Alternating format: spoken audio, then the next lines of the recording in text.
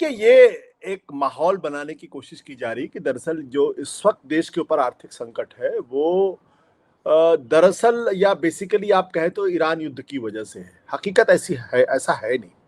Iran युद्ध का एक कंट्रीब्यूशन है इसमें, लेकिन ईरान युद्ध ही असली कारण भारत की आर्थिक संकट का नहीं है और ईरान युद्ध की वजह से वो संकट बढ़ गया है। अब जैसे एक छोटा सा उदाहरण मैं आपको बता देता हूँ। हमारा जो रुपया है वो डॉलर के मुकाबले पिछले कई सालों से आप देख रहे हो भाग रहा है और अब तो स्थिति 95.96 के आसपास पहुंच चुकी है, यानी 96 रुपया वो डॉलर के मुकाबले में खड़ा होता हुआ दिखाई पड़ रहा है। लेकिन जब से ईरान युद्ध हुआ है तब से उसमें 6% की गिरावट देखने को मिली है और जो एशियन करेंसी है पूरी पूरी जो एशिया के दूसरे देशों की जो करेंसी है उसमें सबसे ज्यादा गिरावट रुपए में देखने को मिली है। तो ये क्यों है? इसलिए है क्योंकि एक, भारत की जो आर्थिक स्थिति पहले से थी, जो आर्थिक नीति थी वो सही दिशा में नहीं चल रही थी, उसमें जबरदस्त परिष्कार करने की जरूरत है, रिफॉर्म करने की जरूरत थी, कड़े कदम उठाने की जरूरत थी जो नहीं उठाए गए। इसलिए जो संकट 28 फरवरी को आया उसने उसको और, जिसे कहते हैं ना कि एक्सेलरेट कर दिया प्रोसेस को। दूसरी बात, 28 फरवरी को जब ये दिक्कतें पैदा हुई ईरान युद्ध की वजह से, तो पूरी दुनिया में उससे निपटने के लिए कदम उठाए गए। भारत ने बहुत छोटे छोटे कदम उठाए और वो इसलिए थे क्योंकि 5 राज्यों के चुनाव थे और प्रधानमंत्री जी और भारतीय जनता पार्टी को असम के साथ साथ बंगाल जीतना था।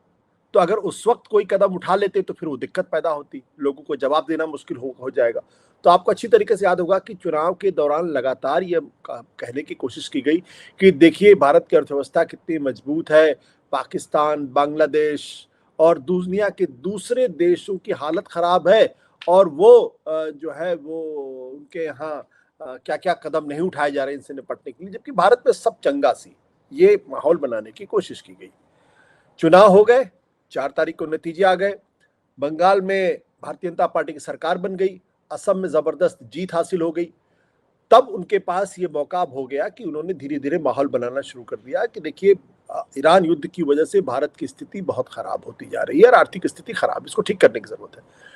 प्रधानमंत्री जी ने ये इसको लेके 7 नए कानून भी बना दिए, नियम मतलब उन्होंने कह दिया कि अब आप विदेश यात्राएं मत करिए, विदेशों में डेस्टिनेशन मैरिज मत करिए, कारपूल से चलिए, सार्वजनिक परिवहन का इस्तेमाल करिए, निजी गाड़ियों का इस्तेमाल कम कर दीजिए, सोना जब तक बहुत जरूरी हो तब तक न खरीदिए, वर्क फ्रॉम होम करिए।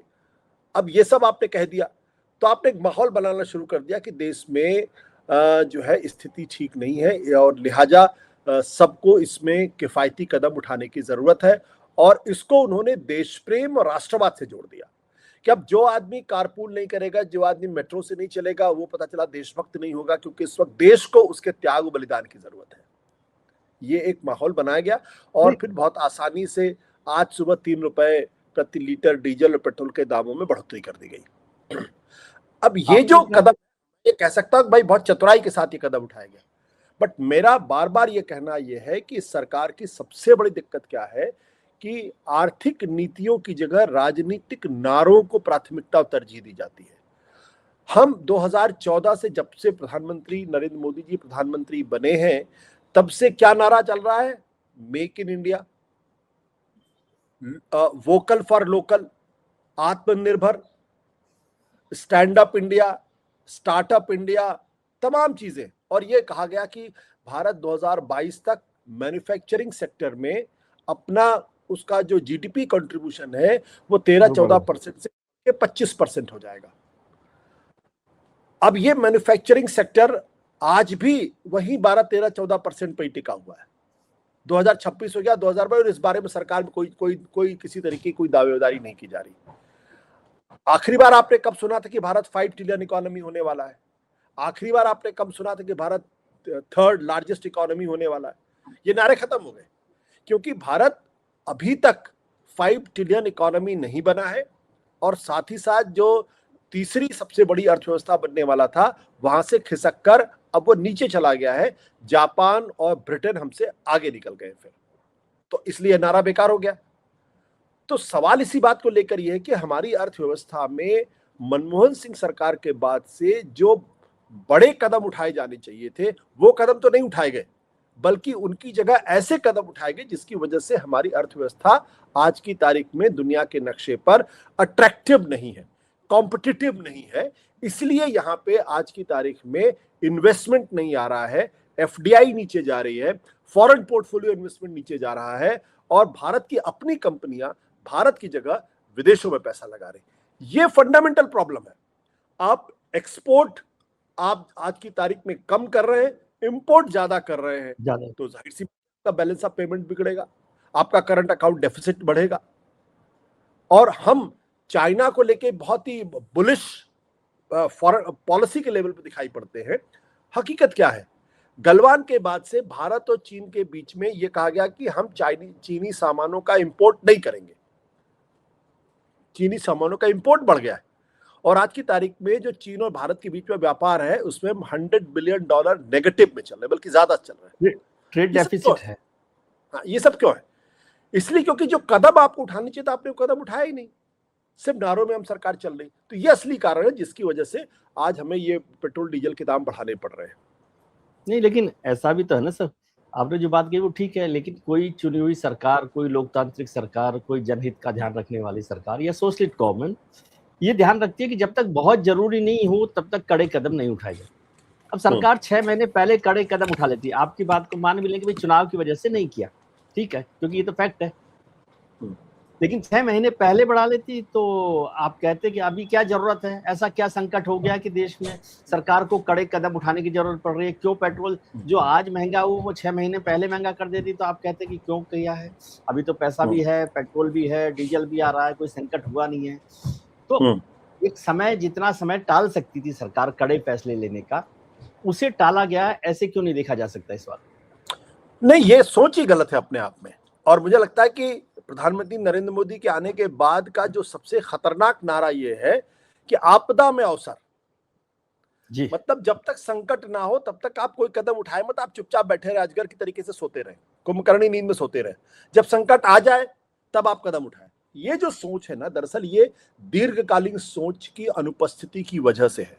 मैं ये क्यों ये बात कह रहा हूं, मैं बहुत सोच समझ के ये बात कह रहा हूं और इसलिए कह रहा हूं क्योंकि जो अर्थव्यवस्था प्रधानमंत्री जी को मिली थी 2014, 2015, 2016 तक हमारी अर्थव्यवस्था 8%, 7% जीडीपी पर ग्रो कर रही थी।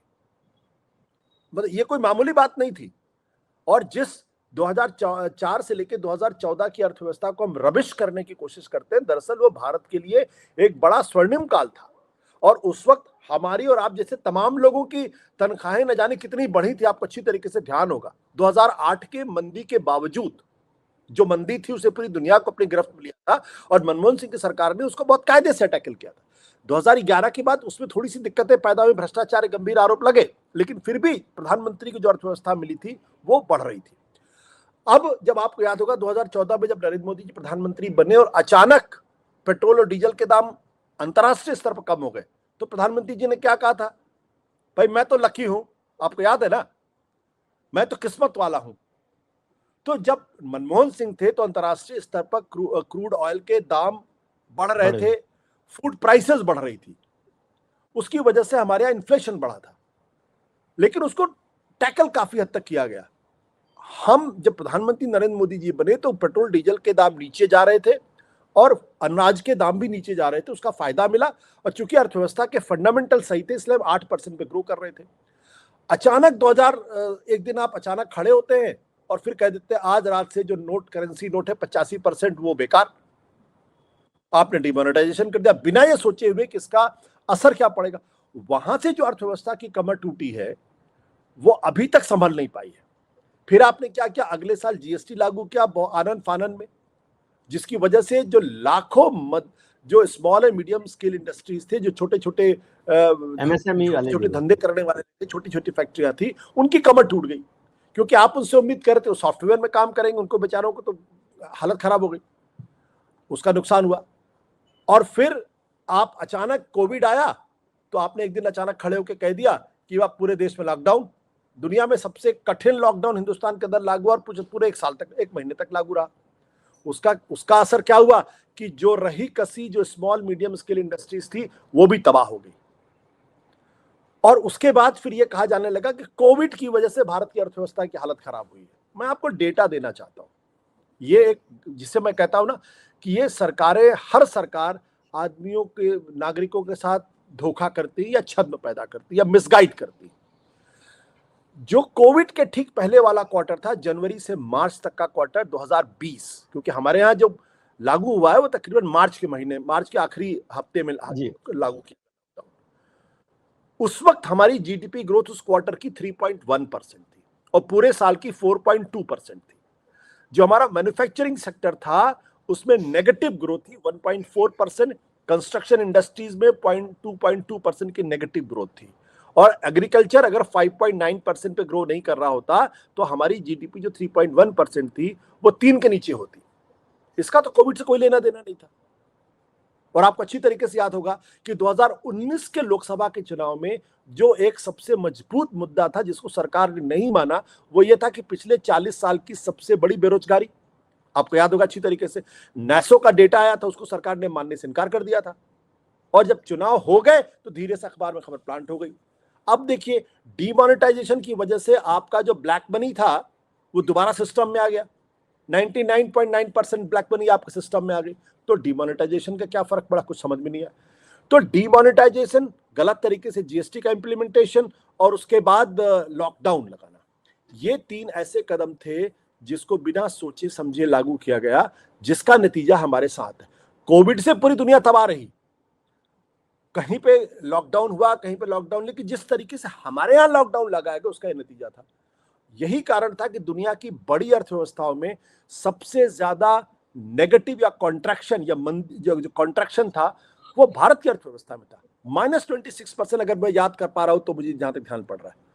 वो क्यों था? क्योंकि आपकी अर्थव्यवस्था की हालत पहले खराब थी, एक नया संकट आ गया। मतलब इसका मतलब बिल्कुल साफ है कि आपका लीवर खराब था और पता चला कि आपने उसका ठीक से इलाज नहीं किया और इस बीच में कोई और इन्फेक्शन हो गया तो आपका शरीर और गड़बड़ हो गया। ये जो दिक्कत थी, इस वजह से समस्या होती है। और मुझे लगता है उसके बाद भी हमारी सरकार अभी तक नहीं चेती है और अभी तक कड़े कदम नहीं उठा रही। अब आपने कहा कि अगर पहले उठा लेती तो क्या होता। भाई, आप देश के राष्ट्र प्रधानमंत्री हो, राष्ट्रहित सर्वोपरि होना चाहिए। विपक्ष क्या कहता है ये इंपॉर्टेंट है, लेकिन विपक्ष को कॉन्फिडेंस में लेकर अपने नीति निर्धारण में सहभागी बनाना ही तो आपकी जिम्मेदारी है। अगर जिस 28 फरवरी को जब ये संकट आया, अगले दिन प्रधानमंत्री जी ने ऑल पार्टी मीटिंग की होती जिसमें खुद हिस्सेदारी की होती, संसद का स्पेशल सत्र बुलाया होता और वहां एक आम सहमति पैदा की होती, विपक्ष से सरकार से अपील की होती कि एक बड़ा संकट है, इसमें हम सब लोगों को मिलकर काम करना चाहिए, मैं गारंटी के साथ कहता हूं इस देश का विपक्ष भी उनकी मदद करता, देश भी उनके साथ खड़ा होता। और अगर पेट्रोल डीजल के दाम बढ़ा देते, कुछ और मजबूत कदम उठा लेते तो लोगों को तकलीफ नहीं होती। लेकिन अब आप चुनाव लड़ रहे थे, आपको चुनाव में सरकारें बनानी थी, इसलिए आपने नहीं किया। ये बिल्कुल उसी तरीके के कदम में मैं आपको अच्छी तरीके से याद दिला दूं कि जब कोविड आया था और लॉकडाउन लगाने के समय तक की बात हो रही थी, उस वक्त मध्य प्रदेश के अंदर कांग्रेस की सरकार को गिरा के बीजेपी की सरकार बनाने की कोशिश चल रही थी। जब बीजेपी की सरकार बन गई उसके बाद तब उसके अगले दिन या उसके दूसरे दिन आपने वहां पे कोविड लॉकडाउन की बात की थी। और इसी तरीके से आपको याद दिला दूं, जब कोविड हो रहा था तब पिछली बार 2021 में बंगाल के चुनाव हो रहे थे और बड़ी बड़ी रैलियां की जा रही थी और एक तरफ तो तबलीगी जमात को गालियां दी जा रही थी, दूसरी तरफ बड़ी बड़ी रैलियां हो रही थी। तो ये जो विडंबनाएं हैं कि चुनाव ही सब कुछ है और उसके लिए हमें कुछ भी करना है, तो राष्ट्रहित सर्वोपरि नहीं होगा, राजनीतिक नारे आपकी आर्थिक नीति बन जाएंगे तो दिक्कत पैदा होगी।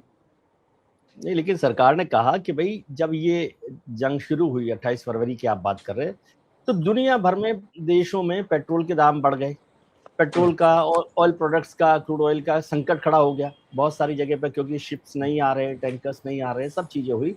लेकिन भारत में कोई संकट नहीं हुआ, डिलीवरेबल्स में कोई परेशानी नहीं हुई। आप आराम से गाड़ियां चला रहे हैं, आराम से कर रहे हैं। और इस सब संकट के बीच में कहाँ से मंगाया गया, नहीं मंगाया गया, वो सब हुआ, लेकिन आपको तो परेशान नहीं किया सरकार ने और दाम भी नहीं बढ़ाए, जबकि दुनिया भर में ये सब हुआ है। तो अब क्यों कर दिया? अगर सब चंगा सी था तो अब करने की जरूरत क्यों पड़ गई? जरा मैं सरकार से सवाल पूछना चाहता हूं, अब क्या जरूरत है भाई?